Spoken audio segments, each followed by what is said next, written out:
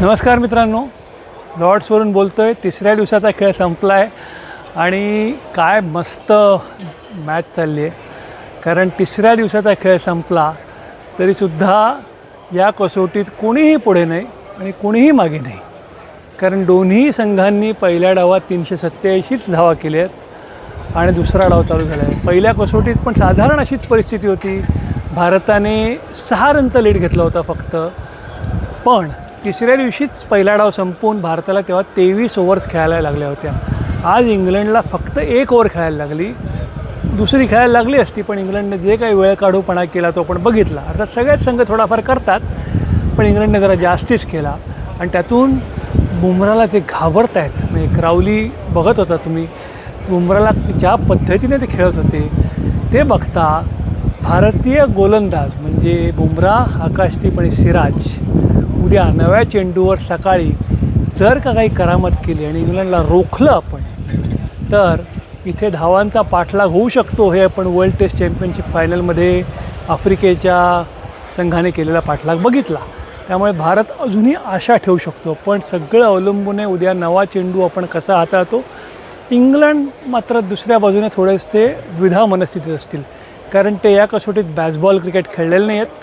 त्यामुळे उद्या त्यांना अख्खा दिवस खेळणं तर मस्त आहे, पण ते अख्खा दिवस खेळून जर का बॅसबॉल पद्धतीनेच 350 वगैरे धावा करतील का, ते करताना विकेट गेले आणि समजा 200मध्ये त्यांचा ऑलआउट झाला तर भारताला परत जिंकायची संधी देतील. त्यामुळे इंग्लंडला कसा खेळ खेळायचा हे त्यांना ठरवावं लागणार आहे.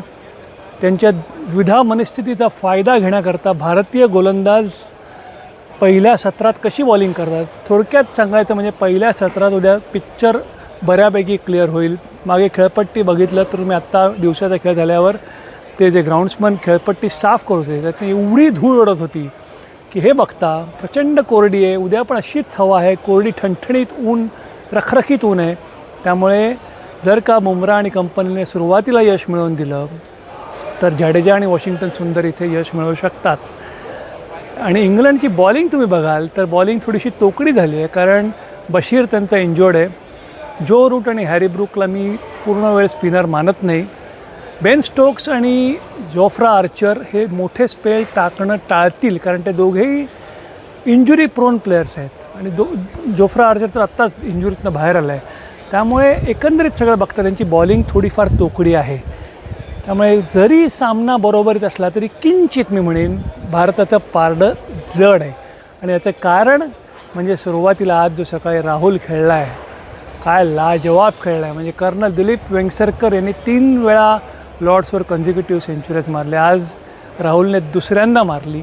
मला वाटतं हा फक्त 13वा फलंदाज आहे आउट ऑफ इंग्लंड हे करामत करणारा. आणि राहुलची बॅटिंग म्हणजे अक्षरशः मोरपीस असावं तशी इतकी सुंदर फटकेबाजी होती.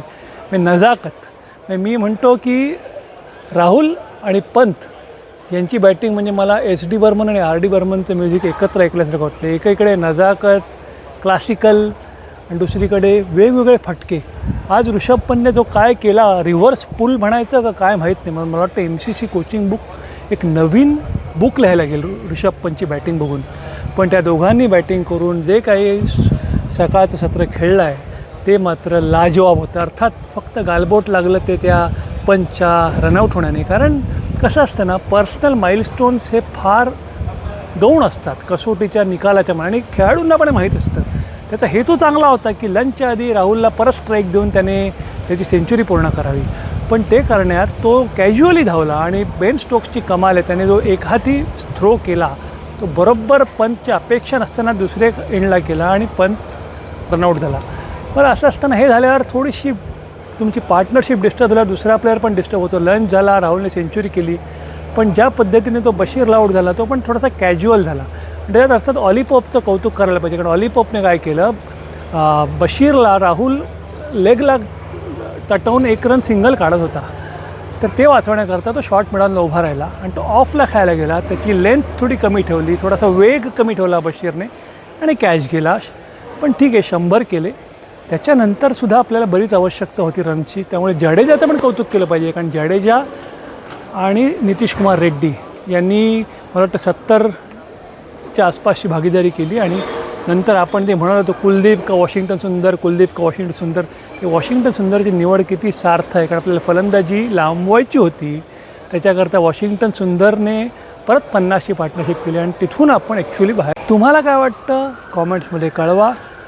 आणि कसोटी जोपर्यंत चालू आहे तोपर्यंत मी तुमच्याशी रोज भेटायला येईन. रोजचा दिवसाचा मागोवा आपण घेत जाऊ. आणि बाकीच्या पण बऱ्याच गोष्टी लंडनच्या आहेत, मी चॅनलवर टाकतो, तुम्ही बघतच असाल. तर क्रिकेट कुझिन कारवा चॅनलला शेअर करा, लाईक करा, सबस्क्राईब करा. भेटत राहू. धन्यवाद.